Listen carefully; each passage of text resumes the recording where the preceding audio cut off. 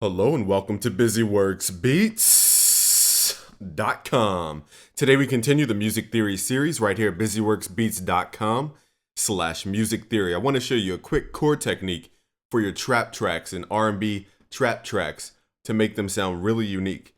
Now, the trick is that we're not even using chords. We're not using chords. Let me show you what I'm doing here. Let me play it first and I'll explain why it sounds cool.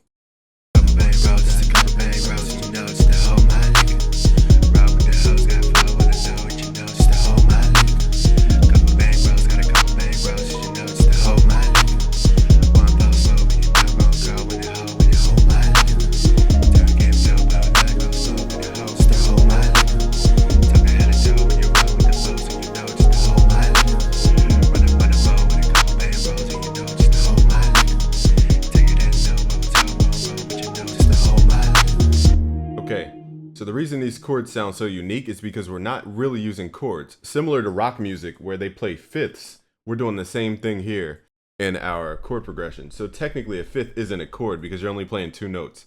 So if we break this down, the reason it seems like a chord is because we're playing three or more notes, but technically we're only playing two notes. So if you look here, we have F sharp and we have C. What this really is, and we have G sharp as well. Now that's a part of our, let me zoom in for you. Let's make these notes a lot bigger. Kind of hard to see.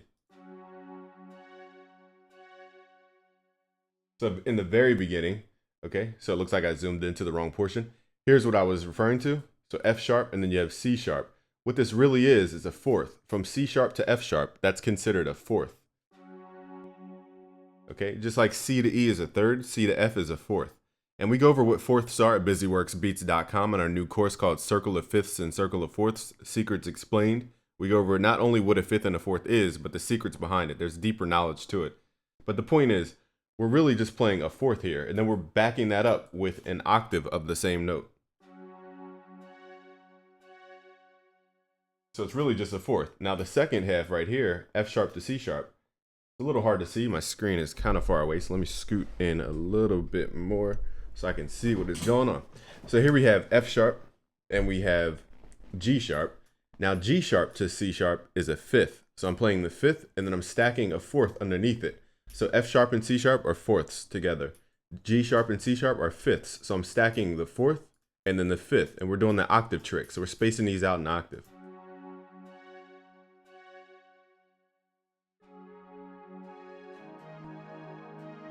Now here, I really like the suspended second. So we're adding a second. And we go over this in a lot of our trap videos, how to do chords for trap, especially at BusyWorksBeats.com. We have full courses on chords and chord progressions. And one of the genres we cover is trap. So for example, we go over in trap music, we use a lot of suspended fourths and a lot of suspended second chords. And this would be adding the second in. So here, starting at G sharp, A sharp would make that a second if we were to build out that chord. So for example, the major chord of G would be G, B, D. So we know the end note is D. So that's our fifth. So we're playing the fifth and then we're playing a second. So we're stacking a second and a fifth, and then we're just doing an octave of the fifth. So a lot of fifths, a lot of interval stuff. It's not really chords per se. Unless it's, in that case, a suspended second. Same thing here, we're playing the fourth and then the fifth on top.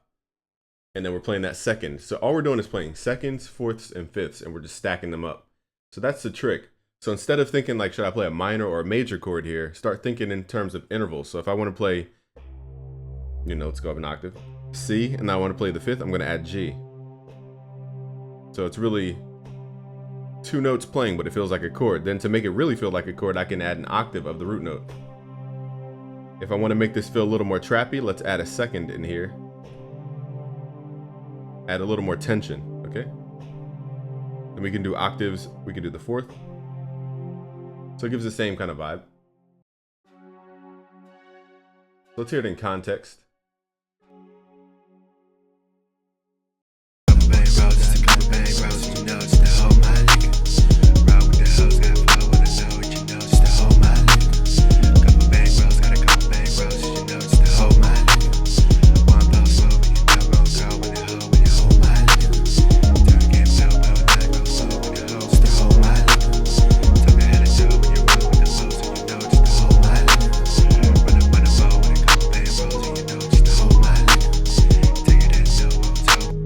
another thing is the vocal part that comes in.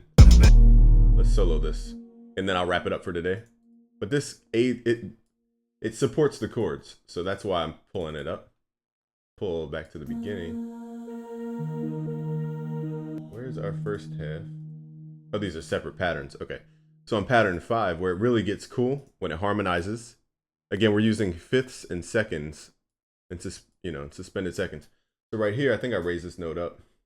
If we pull it back down, it's hard to identify interval stuff when they're like an octave apart. So what I like to do is pull stuff an octave up so I can understand what it actually is. So what this actually is a fourth. And then this little jump here, these 2 notes, is another fourth. So it's fourth to fourth right here.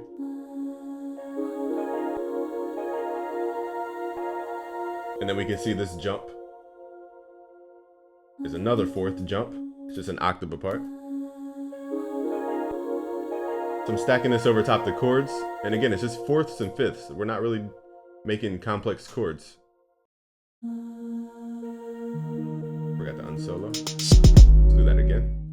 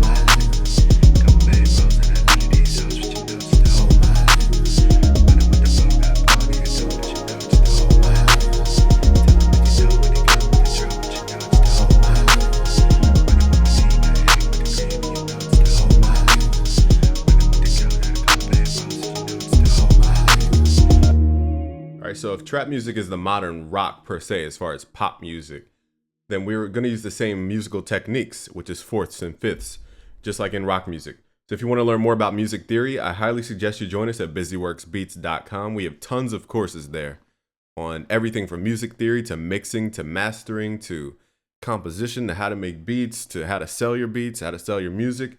It's all there. Just go to busyworksbeats.com. Every picture you see on the front page is its own course. That's how crazy in depth we go. We have courses on the circle of fifths and fourths explained and all the secrets behind it. Complex chords, how to build chords from number or nothing with no scales. That's called chord codes. So there's a lot there. Just go to busyworksbeats.com. Thanks for watching today. If you want to learn more about music theory, go to busyworksbeats.com/music theory. It's busyworksbeats.com.